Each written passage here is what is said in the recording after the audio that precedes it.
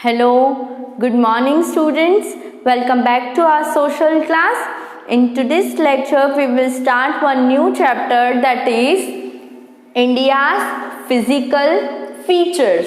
India's physical features 1. Students, this chapter 4th and 5th are connected with each other. Okay, now to study the India's physical features, our country is divided into 7 regions. Okay, to study our country, it is divided into 7 regions. What are they? First is the Himalayan region. Second, the northern fertile plains. Third, the desert region. And fourth, the Ghats. Fifth, the southern plateau. Sixth, the coastal plains. And seventh is the island. Okay, to study the India's physical features, means the landforms we have studied in our previous chapter number 3, the major landforms of the world. We have studied all types of landforms. Okay, now to study the physical features, it is divided into 7 parts. In today's lecture, we are going to study these 2 parts, the Himalayan region and second is the northern fertile plains. The Himalayan region, the region in Himalaya. Okay, how do people live in this region? What does climate is here? Okay, and this is divided into 3 parallel ranges. First is the Greater Himalayan, second the Lesser Himalayan range, and third is the Sub-Himalayan range. These 3 ranges we are going to discuss in this Himalayan region, and the second topic, the northern fertile plains. So students, let's begin our lecture. Let's discuss these 2 points in detail. India physical feature 1. Now students, we all know that India is a large peninsula. Okay, and from traveling from one place to another, we see many landforms. Okay, we have discussed this in lesson number 3. Moving on, what are the various regions of India? What are the various regions of India?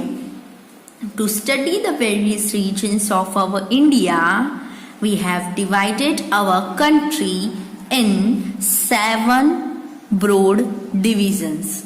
Okay, so first our Himalayan region, the northern fertile plains, third the desert region, fourth the Ghats, fifth the southern plateau, sixth the coastal plains and the islands. Okay, here the map of our country India is given over here. Now students, you can see the different landforms are marked in this map. Okay, here this is our country India. So India's neighboring country are Pakistan over here, Afghanistan, and over here it is China. Okay, this you can see with in brown color are marked here are Himalayas. Okay, let's study this in detail. Now on page number 294, we will study the Himalayan region. Okay, what we will study? The Himalayan region. Now the Himalayan region. Now what are the Himalayas? The Himalayas are the youngest and the highest mountain ranges in the world. These mountains are still growing. The mountains which are the youngest and the highest mountain ranges, उसकी height एकदम highest उसकी range है, ठीक है, and these mountains are still growing. Okay, so such mountains are called Himalayas. In Sanskrit, this Himalaya means abode or home of snow. So what do you mean by word Himalaya in Sanskrit? So mark this line. These both are words used in place of Himalaya in Sanskrit. Okay, moving further. The Himalayan range. Now, what is the definition of the Himalayan range? So, Himalayan range is a broad, continuous chain of mountains stretching about 2400 kilometers from west to east. Himalayan range क्या है? Broad, continuous chain है. किसकी? Mountains की. Students, here you can see the map is given to you, the Himalayan range. Now, here the brown color is the Himalayan range. You can see from here continuously the mountain ranges. All are these mountains. Okay, ये सारे mountains है जो कि यहाँ से start हो रहे हैं. Mountains है ऐसे. फिर उसकी रेंज यानी कि चेन है माउंटेन्स की, वो स्टार्ट हो रही है. मैप में आपको ब्राउन कलर में मार्क किया हुआ दिख रहा है. So this broad continuous chain of mountains stretching for about 2500 kilometres from west to east is called Himalayan range. Okay, कहां से स्टार्ट हो रही है? It starts from Pakistan at Indus valley. Pakistan में इंडस वैली है, वहां से स्टार्ट होके कहां तक extends across the northern India, Nepal and Bhutan up to the Brahmaputra valley in Arunachal Pradesh. Okay, you can see stretch over here. यहां से स्टार्ट होके ये पूरा कहां तक? ब्रह्मपुत्र इलाहाबाद में, अरुणाचल प्रदेश में है. ठीक है, ब्रह्मपुत्र वैली तक ये पूरी क्या है? Mountain range. So students, this Himalayas consist of 3 parallel ranges. कितनी रेंजेस है? 3 पैरेलल रेंजेस है ऐसे. द ग्रेटर हिमालयन रेंज, उसका दूसरा नाम है Himadri, and the second one is the lesser Himalayan range और हिमाचल. लेजर हिमालयन रेंज का क्या नाम है? क्या नाम है? Himachal. Okay, third one is the sub Himalayan range. Third one का क्या नाम है? सब हिमालयन रेंज और द शिवालिक. क्लियर? चलो, ये 3 रेंजेस हम आज देखेंगे. चलो, first one is the greater Himalayan range और हिमाद्री. ग्रेटर हिमालयन रेंज बोलो या हिमाद्री, दोनों इसके नेम है. Okay, the greater Himalayan range or Himadri is the northernmost range of the Himalayas and consists of all of the tallest mountains in the Himalayan range. Himalayan range में जो ये chain है पूरे mountains की, उसमें से जितने जो भी सबसे ज्यादा tallest mountain range है वो किस में आएगा? ग्रेटर हिमालयन रेंज या Himadri. Okay, most of the peaks are over 6000 meter height. ये माउंटेन है स्टूडेंट्स. देखो, ये माउंटेन की सारी रेंज है, उसमें जो सबसे हाईएस्ट जिसकी पीक होगी यानी कि टॉप पार्ट जिसका सबसे हाईएस्ट ऊपर तक होगा वो आएगा ग्रेटर हिमालयन रेंज में. एंड उसकी हाइट कितनी होगी? तकरीबन 6000 meter. Okay, so the highest peak in the world, सबसे highest peak in the world कौन सी है? Mount Everest. And the third highest is Kanchenjunga are found in this range. Okay, most of the peaks in the Greater Himalayas are very difficult to reach. Students, हमने यहाँ पे देखा कि उसकी height है around 6000 metres. So it is very difficult to climb such mountains. Okay, so and the snow line is between 4300 and 6000 meters. Snow line में है. ठीक है, चलो.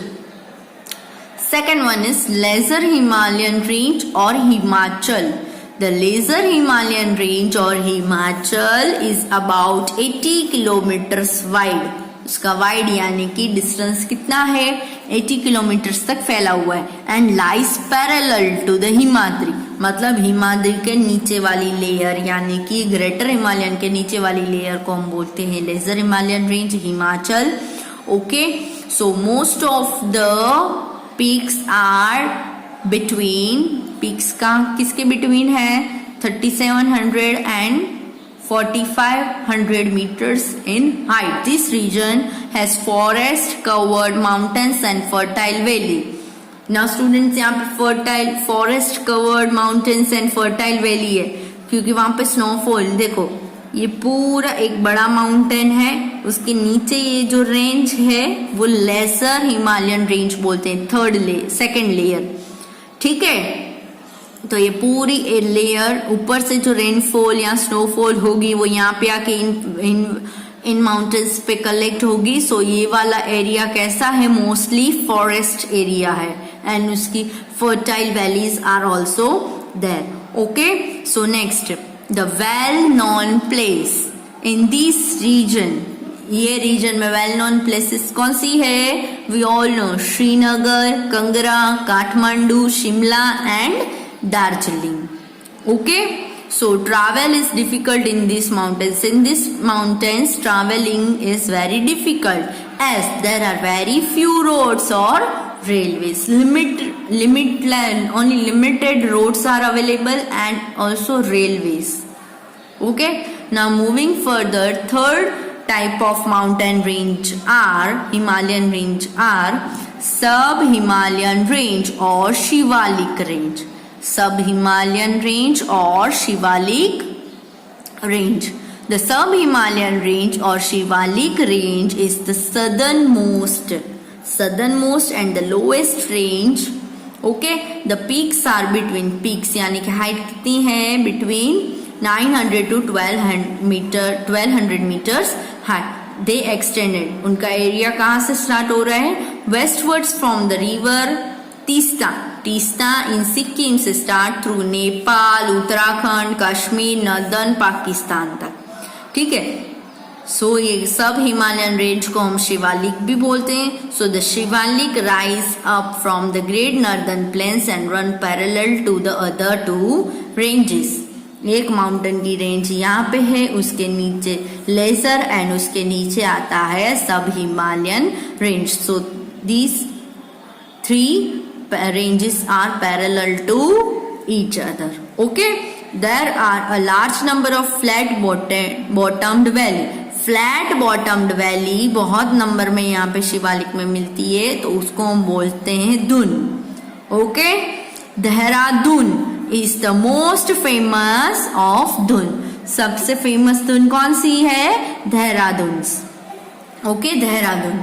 Now the foot hills of Shivaliks are called terai. Foot hills जो शिवालिक की foot hills है उसको हम बोलते हैं terai. So here a lot of crops are cultivated here.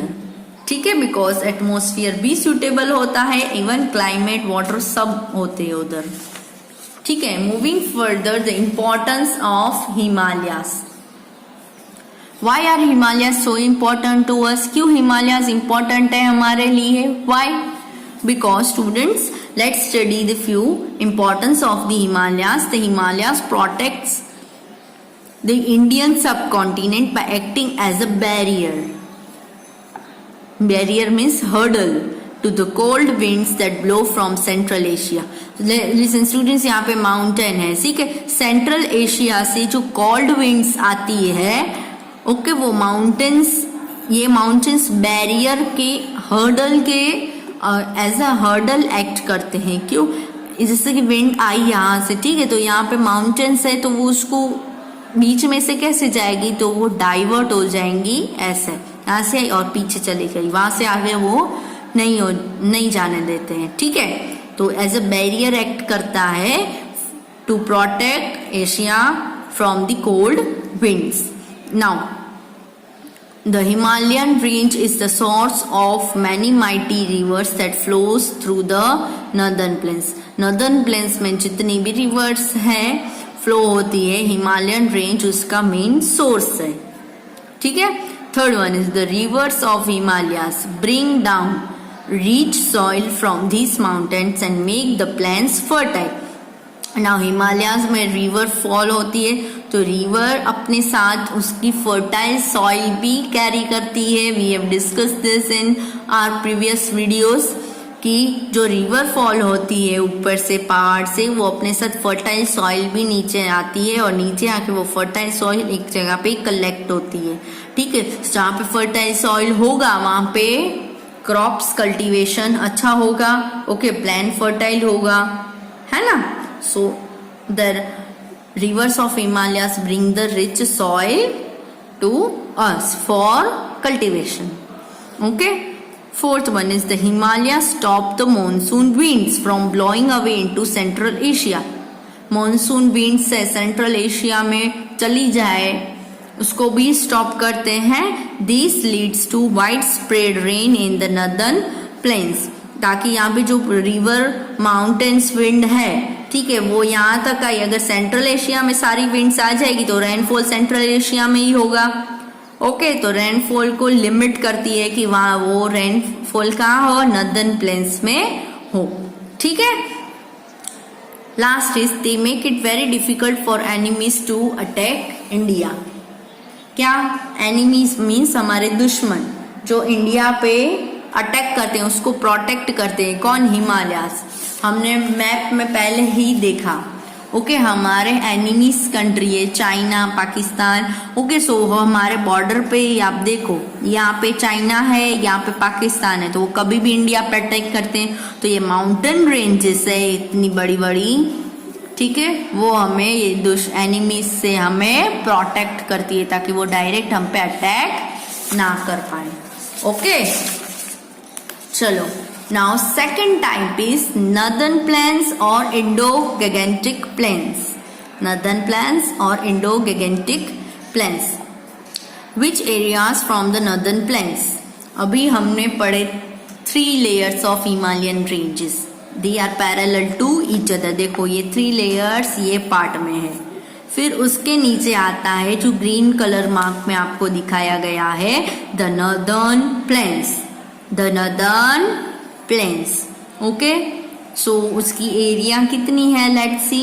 On the south of great Himalayan ranges the Indo-Gangetic plains और northern plains stretches from west to east from Indus river in Pakistan. Pakistan के Indus river से पास होके कहाँ cross करते हैं? Punjab, Haryana, Delhi, Uttar Pradesh, Bihar, West Bengal and the Ganga Brahmaputra delta in Bangladesh. Okay, ये पूरा root cover होता है ब्रह्मपुत्र बांग्लादेश तक। ठीक है, ये पूरा जो है वेस्ट टू ईस्ट का जो ये एरिया है, this area is known as northern plain और द इंडो-गैंजेटिक प्लेन्स। ये एरिया में कौन सी रिवर आ गई? यस, तो रिवर आ गई Indus, Ganga and Brahmaputra river system which runs parallel to Himalayas from Jammu Kashmir to Assam. Jammu Kashmir से स्टार्ट होके आसाम तक ये रिवर पैरेलली फ्लो हो रहे हैं। ओके, चलो moving further. Now students, river है तो एक रिवर सीधी जाए तो ये तो पॉसिबल नहीं है, वो यहाँ से टर्न लेगी, यहाँ से मेन रिवर पास है उसमें से ये आएंगी। ठीक है, ऐसे कुछ अड़चन आई तो उसमें अपना रास्ता बदल दिया। ठीक है, तो एक पार्ट इधर गया, एक इधर गया, तो ये सब क्या है? ये मेन रिवर की ट्रिब्यूटरीज है। क्या है? Tributaries. So the major rivers of this system are, कौन सी है ये सिस्टम की river main? Ganga and Indus. Ganga and Indus along with the tributaries Beas, Yamuna, Ghaghara, Ravi, Chambal, Sutlej, Jhelum and Chenab. ठीक है, अभी ये जो रिवर है उसमें से अलग अलग डिफरेंट ट्रिब्यूटरीज फॉर्म हो रही है, तो ट्रिब्यूटरीज के भी अलग अलग नेम्स हैं, तो वो हैं ये। ठीक है, now the river deposit rich soil along their banks. Now जो ये रिवर डिपोजिट होता है नदी के किनारे, वो कैसा होता है? रिच सॉइल होता है, फर्टाइल होता है।